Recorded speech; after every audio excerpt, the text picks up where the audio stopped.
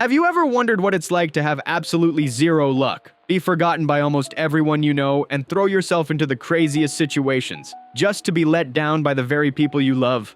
Welcome to Meg Griffin's world, where being the family's punching bag isn't just a running gag, it's a way of life.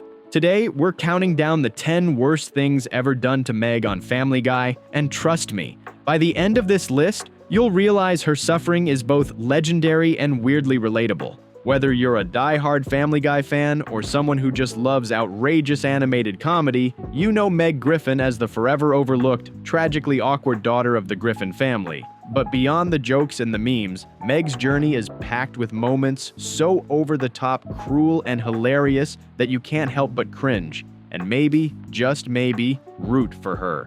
So grab your lucky rabbit's foot, because Meg certainly doesn't have one. Let's get started. Number 10. Abandoned by her own toys. Imagine striking up a friendship with a cute new girl at school. You finally start to feel included, a part of something. Well, Meg thinks she's hit the social jackpot with Sarah, only to find out she was invited just so the group could have an even number. It gets worse. Everyone assumes Meg's a lesbian and only accepts her on that condition. Instead of being herself, Meg pretends to fit in, hoping she'll dodge rejection. But in true Meg fashion, even her beloved stuffed animals turn their backs. That moment when she tries to confide in her cuddly critters, only for them to snub her, is as heartbreakingly funny as it gets. Rejection by schoolmates is bad enough, but when your inanimate childhood friends join the club, that's a whole new low. Number 9. Stricken with the mumps. Family Guy loves to make fun of bad parenting, but there's one scene that's less haha and more oh no. Peter drags Meg to a themed convention she completely hates. There, he forces her to pose for a photo with a stranger in a space alien costume. Come on, it'll be funny. What a wonderful novelty photo this will make. Thanks so much, buddy. Hey, how'd you make that awesome mask? It's not a mask. I have the mumps. Instead of sympathy, she gets isolation. Her family's paranoia leads them to lock Meg in her room, and Peter's casual cruelty ramps up. The kicker? Meg turns to religion for comfort. Watching her pray while everyone in her life ignores her pain is classic Family Guy. That the Lord hath made. Let us rejoice and be glad in it. Number 8. Seduced by Quagmire. If you thought your birthday was bad when nobody showed up, try having a creepy neighbor hit on you. Meg's 18th birthday arrives and her family throws her a surprise party. Nobody from school is there, but naturally, Quagmire is, and he's all too eager to welcome Meg to adulthood in his signature unsettling way. Hey, welcome to the adult club, huh? And you know what? You got another member right next door if you ever want to talk and stuff. Peter, typically clueless, almost facilitates Quagmire's advances before Lois steps in. Touch my daughter again, I will cut your thing off and feed it to Ryan. Okay. On the plus side, it's one of the few moments her family stands up for her. On the minus side, the entire experience is nightmarishly uncomfortable. Imagine being so starved for positive attention that even creepy Quagmire's interest comes as a weirdly validating moment. Number 7. Nearly drowned because of Peter. She's in there right now, taking a nap underwater. Don't ask your kid to risk her life for a beer run in a flood. A storm hits Quahog, the house floods, and instead of hustling to safety, Peter insists that Meg swim into the flooded kitchen to save his precious beer. Hey, you're a good swimmer, go get it. What? But Dad! Casually commands her to make him a sandwich while she's almost underwater. This insane demand lands Meg in a coma. Her parents barely react. It's played for laughs, but the dark undertones are unmistakable. Meg is left submerged, neglected, and barely appreciated. It's Family Guy at its cruelest. Oh, things are gonna be different. No more will I treat you like some kind of alien. Number 6. She went to prison. Love can be a disaster, especially for Meg. After falling for a convict, she helps him escape, becoming an accomplice and earning a stint in jail. Prison changes her. I'm home. You're all my now. Okay. The flip? She quickly starts bullying them, flipping the entire household dynamic. Meg transforms from victim to villain. First question. Who's the biggest, toughest guy in this house? Well, I don't like to toot my own horn, but I believe I hold the distinction of... Pushed far enough, even the quietest souls fight back. Number 5. Bullied at school. Meg's attempts to fit in rarely go well, but her turn as the flag girl is a particularly brutal low. Hoping for popularity, Meg puts herself out there. Instead, the flag squad becomes ground zero for humiliation.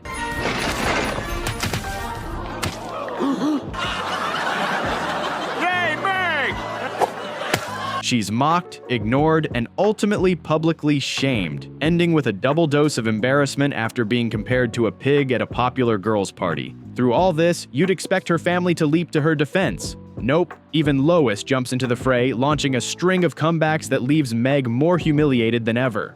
Number 4. Taken as a hostage. Robberies are scary enough, but in the Family Guy universe, Meg manages to get stuck in a panic room while her family bickers about sandwiches. The Griffins take cover during a break-in, sending Meg out for supplies. The twist, she's caught and taken hostage, while everyone else remains on bread and mustard duty. Despite being held at gunpoint, Meg's ordeal barely registers to her family. Eventually, the police rescue her, but it's clear Meg isn't anyone's top priority. Being overlooked during a crisis? It's almost the Griffin family motto. Dad, help! Ah! Dad! Have fun at the dance, Meg. I hope she does. Number 3. Her date stole her kidney. Meg's painfully awkward attempts at dating hit rock. You look just like your picture. You don't look anything like yours. Things seem sweet at first. Cue the plot twist. She wakes up in a bathtub, her kidney stolen by her romantic interest. This urban legend turned reality is played for laughs, but Meg's reaction is bizarrely optimistic. She still tries to salvage the date and make the most of Valentine's Day, earning a heartfelt if diluted conclusion. Only Meg could consider waking up organless as memorable and beautiful. My kidney! I wanted you to have it. Best Valentine's Day ever. Number 2. Forced to be Peter's driver. You get your driver's license, dreaming of freedom. Instead, you become Dad's unwilling chauffeur. After Peter loses his license, Meg is stuck driving him, along with his rowdy friends, across town on alcohol-fueled adventures. Their drunken antics escalate, her hat is set on fire, beer is poured over her head, insults fly fast and free. Meg finally snaps, unloading years of pent-up frustration. Oddly, this leads to improved father-daughter camaraderie, only for things to revert to normal once Peter's license is restored. Fresh lemonade. Not me. What I want is a fresh glass of better daughter. Number 1. Humiliated by Jimmy Fallon. Meg's final indignity is one for the ages. After a jaw-dropping makeover, she reaches peak popularity, becoming a pop sensation and earning a guest spot on Saturday Night Live. All seems well until celebrity host Jimmy Fallon mocks her to her face. The bright lights and promise of fame dim instantly, cementing Meg's place as the ultimate butt of every joke. Even in her greatest moment, she's outdone and overlooked. Good night, you bum. And this is for laughing and looking at the camera during every sketch you've ever been in. Her family is comically oblivious, sometimes outright malicious. Peter, Lois, Chris, and even Stewie are pros at delivering the worst life lessons. Whether it's selling Meg into slavery or berating her for innocent mistakes, the Griffins keep redefining dysfunctional. Even moments that start optimistic, kind gestures, family interventions, spiral into chaos and indifference. Yet, through the insanity, Meg's willingness to keep trying makes her oddly inspirational. Maybe not as a role model. Hi. Did you also get caught trying to vote in Ohio? Why do we root for Meg? So why does Meg resonate with viewers, despite being the series' most abused character? It's not just sympathy, there's something deeply relatable about being overlooked, underappreciated, and forever stuck in awkward situations. Meg never stops searching for friendship, love, or validation. Even when everything goes wrong, she keeps chasing her next shot at happiness.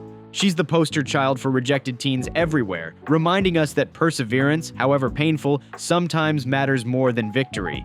Fans occasionally rally for Meg, hoping for that one episode where things turn around.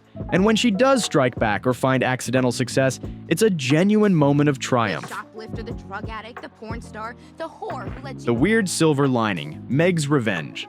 Occasionally, Family Guy flips the script. The very things that drive Meg to the edge sometimes allow her a fleeting moment of getting even. After her prison stint, for example, she returns as a hardened anti-hero, bullying her family and displaying a toughness no one expected. It's twisted, yes, but the audience can't help but cheer as Meg finally dishes it out after years on the receiving end. But victory never lasts.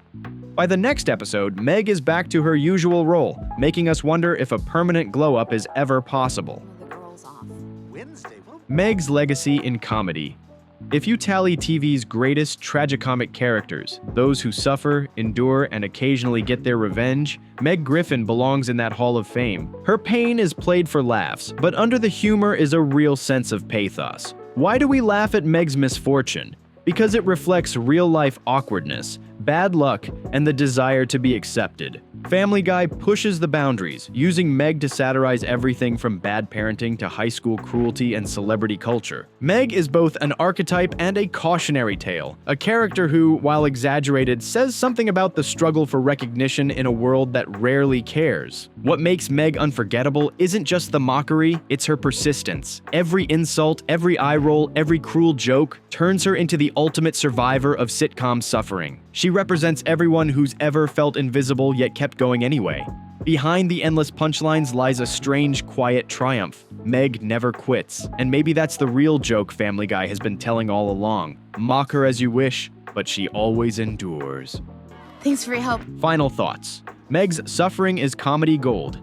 In the universe of Family Guy, Meg's long, strange journey is a running experiment in endurance. No matter how bad it gets, health scares, school humiliation, near-death experiences, Meg persists. Her unfailing, if slightly delusional optimism turns the tables on tragedy, making her a weird beacon of hope in a world built around her misery. Humor and heartache blend in every Meg-focused episode, inviting viewers to cringe, laugh, and sometimes root for her to finally win just once.